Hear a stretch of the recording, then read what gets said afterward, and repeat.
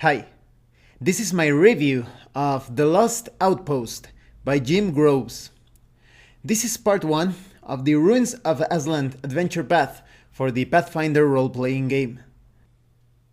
This is an adventure path of exploration, mysteries, and the secrets of the fallen empire of Azlant. This review will contain some spoilers. This is for game masters only. This is to help them decide if this adventure path is the path that they want for their group. Now let's talk about the quality of the PDF. When you purchase this part 1 of the Ruins of Azlant, you have two files, the adventure itself and a set of interactive maps. This is great, they all look amazing, beautiful map work.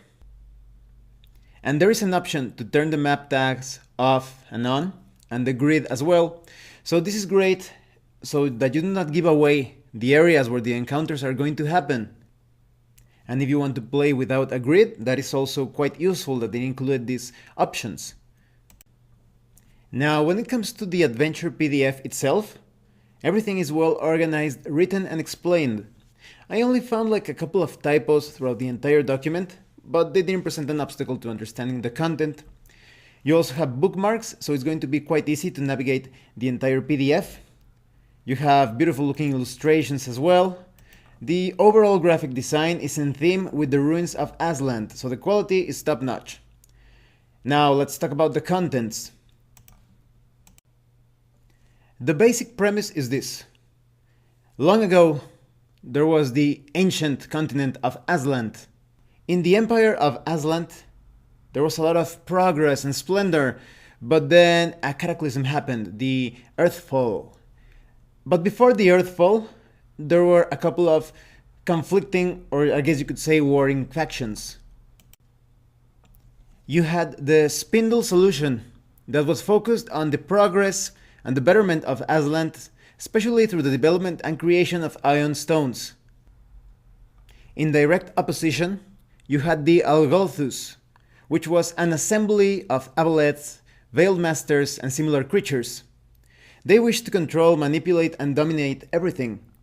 So it was not in their interests for the Azlanti Empire to keep going forward with the Ion Stone solution. So they sent a spy into the Azlant Empire by the name of Ohimwa. Ohimwa was captured by a powerful arcanist known as Yazdradan of the Spindle solution. They didn't find out the true nature of Ohimwa because this spy was disguising as a normal humanoid, so they kept Ohimwa in a stasis prison. However, then Earthfall happened and the Empire went down completely, and Ohimwa remained trapped in that stasis prison. Later on, in present times, an adventurer stumbled upon the prison of Ohimwa and released this spy without knowing its true nature or its plans. Ohimwa quickly took control over the adventurer and began once again with plans of enslavement and domination. The player characters start as members of a colonization venture company. They are attempting to colonize a set of islands that are in the midst of what was once the Azlant Empire. If you want to roleplay or further develop the background of each of the player characters, you have all of the information here. If you want to play the characters as, for example, guards of this colonization attempt, or if you want to be colonists or explorers, you have all the information here on how to create connections between the player characters and other non-player characters, between different organizations involved in the colonization effort and such. As the characters journey by sea towards their destination, they will become aware that there are no signs of life from the settlers that were sent ahead of the colony group. So they will be taken aside in the ship by Ramona Avant, the leader of the expedition, and they will be tasked with finding out exactly what happened in this island. The characters will be sent forth into this abandoned village There is a palpable sense of mystery and perhaps even dread, as the player characters face off against many threats in this abandoned village or outpost. They will have to fight against Grindylows that are a combination or hybrid of goblin and octopus. They will also find other things such as wild beasts, ghost hater goblins. They will even find a poltergeist. There is a lot of room for the player characters to explore, move around, and somehow control the pacing of the adventure. It feels a bit like a sandbox.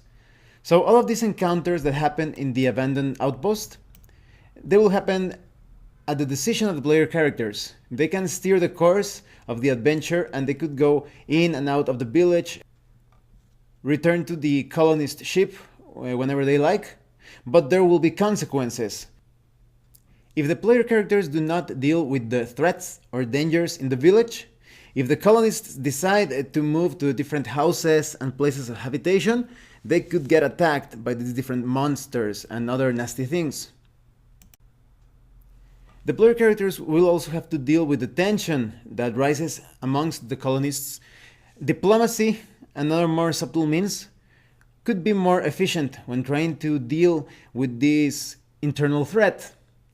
They will also have to see what is going on with the ship, as it's been slowed down or controlled by some external force that turns out to be very difficult to spot fish that can slow down their prey. They will also get the sense that someone is constantly spying on them, because Ohimwa has not been idle. This spy from times past has been looking to make alliances with similar creatures, and this has to do with the mystery of the disappearance of the inhabitants of the outpost. Against this monstrous threat, the player characters will have to keep going, gathering clues, both of the current predicaments but also of secrets of the past, of the ruins of Azlant. There is a strong sense of science fantasy throughout the entire adventure, as they will find different constructs, and even some messages from the past of the Azlant Empire. They will also be observed by the ghost of Jazradan himself. The player characters will have to venture forth into the different ruins of Azlant, and even the research station Spindle Lock, where Ohimwa was kept as a prisoner. They will have to fight against the new servants of their unseen enemy. At the end of the document, you have all the information needed to conclude the adventure. It's going to feel a bit like an ambiguous ending, like there are some answers that were not found during the course of the adventure, but that is supposed to be that way. After all, this is part 1 of the entire adventure path, so that will be answered as the player characters go through the different parts of the ruins of Azlant. At the very end of the document as well, you have a list of all the non-player characters, all of the information related to the ecology, more information about the factions, for example, the Algothu, everything needed, and this is going to make the entire adventure path to feel like a mini campaign setting. So even if you decide to go beyond what is contained in the different parts of the adventure path, with the information presented here, you will be able to expand into further adventures, side quests, and you will be able to take anything related to the ruins of Azlant beyond. So what do I think of the Lost Outpost? I think this is a great start for the ruins of Azlant. I like the pacing of the adventure quite a bit. There is a balance, even though there is a strong emphasis on exploration and combat, and uncovering the different mysteries of Azlant. There is still an opportunity for diplomacy and some more subtle maneuvers, so you never feel tied to a particular adventure style. I also like it that all of the combat encounters, the enemies are quite surprising and unexpected. You go into this mission of colonization, and suddenly you become involved into something else, some sort of conflict that started many ages before the present time of the player characters. I also like that science fantasy flavor that sometimes you are finding constructs and ancient technology. You feel like you're uncovering both magical and technological mysteries of the Azlant Empire. I also like it that there are consequences to what the player characters decide to do. If they, for example, decide to leave the outpost without searching every place of importance, the colonists could bump into some of the enemies or hazards that the player characters did not defuse or deal with in time. And this is just the start of the Ruins of Azlant. So I hope you will join me in the upcoming weeks as I go through the different parts of the Ruins of Azlant. Well, thanks for watching my review. If you have any comments or questions, please let me know.